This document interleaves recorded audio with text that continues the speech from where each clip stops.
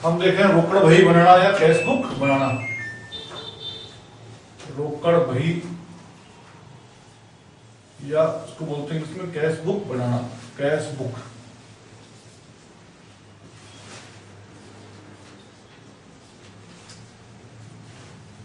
Cash book के भी जैसे एक खाता है कि दो पार्ट होते हैं। कैश बुक के भी दो पार्ट होते हैं, एक होता है डीआर, एक होता है सीआर।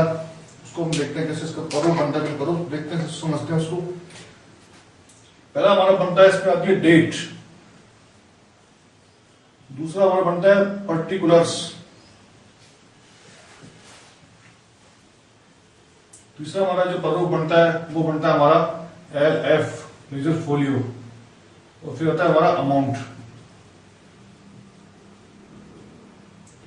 तो हमारे 4 कॉलम बन गए, एक कॉलम, 2 कॉलम, तीसरा कॉलम और चौथा कॉलम। ये हमारा डीआर पक्ष हो गया। इसको बोलेंगे अपन डीआर पक्ष। ये हमारा डीआर या लिखेंगे अपन डीआर और डेबिट पक्ष।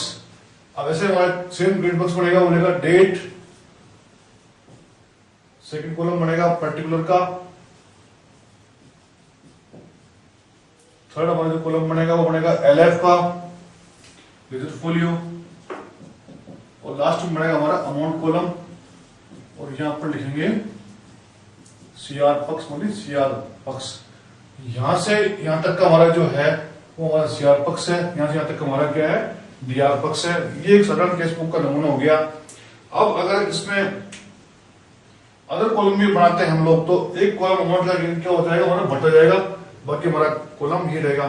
कुछ जो कैश बुकें हैं वो एक कॉलम उसमें और मेंटेन करने लगे, वो है वाउचर संख्या। यहां पर लिखेंगे वाउचर संख्या, वाउचर और receipt account, receipt number, voucher और रिसिप्ट नंबर। ऐसे यहां पे होता है वाउचर नंबर,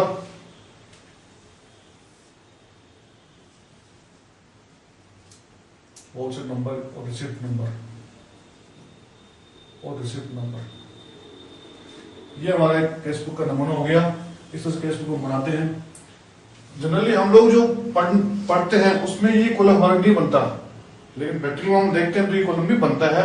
हमको कॉलम नहीं बनाना है, क्योंकि हमारे जो कोर्स में जो बात है वो उसमें खाली ये है कि date, particulars, LF, amount, date, particulars, LF और अमाउंट। लेकिन समझने की दृष्टि से हम देखते हैं कि जो अपन अगर प्रैक्टिकल बुक्स देखते हैं जाकर के सिस्टम देखते हैं तो ये कॉलम भी एक एक्स्ट्रा बनता है।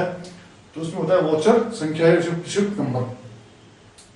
अब हम देखते हैं कि इस बही में हम कैसे दर्ज करते हैं सूदों को। इसमें सबसे पहले हम ये देखें कि रोकड़ बही में केवल सौदे दर्ज होते हैं जिसमें रोकड़ आ रही हो या रोकड़ हमारी जा रही हो, या तो हमको रोकड़ प्राप्त हो रही हो या रोकड़ हम भुगतान कर रहे हो, तो इसमें दर्ज होगा। रोकड़ की प्राप्ति या भुगतान पे ही रोकड़ बही में दर्ज होगा, कैश बुक में दर्ज होगा। कैश बुक में दर्ज होने के नियम, जैसे खाते में नियम होते हैं टू और बही लगाते हैं अपन, उस तरह से हमारा एक खाता है। कैश बुक हमारा एक कैश अकाउंट भी है। ये कैश बही, कैश बुक को हम कैश अकाउंट भी कह सकते हैं, क्योंकि ये हमारा अकाउंट है।